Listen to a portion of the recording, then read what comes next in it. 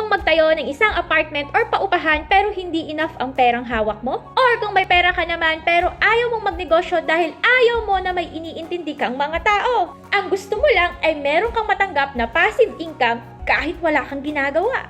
Posible ba yun? Well, ipapakita ko sa'yo na posible na siya ngayon dahil naglabas ang aming mahal na kumpanya ng isang programa kung saan 100% garantisado. Paano? Isang programa kung saan ikaw ang mamimili kung ilang taon mo gustong bayaran. 5 taon, 10 taon, 20 taon.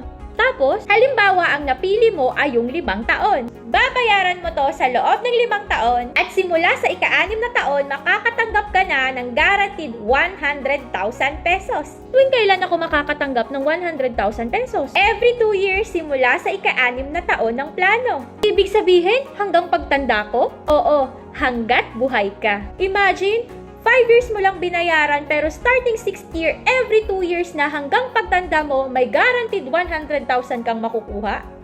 Paano naman kung 10 years o 20 years ang planong napili ko?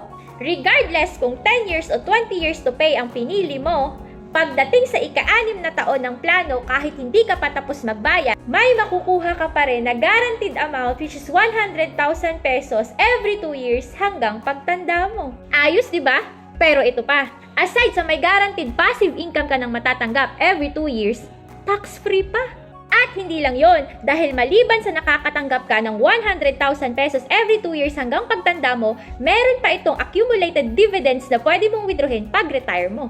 At meron pa, dahil meron ka pang life insurance coverage minimum of 1 million pesos na pwedeng ipamana sa mga mahal mo kapag nawala tayo. Evangie, magkano naman ang ihuhulog ko sa 5 years, 10 years, or 20 years na plano? Well, usap tayo.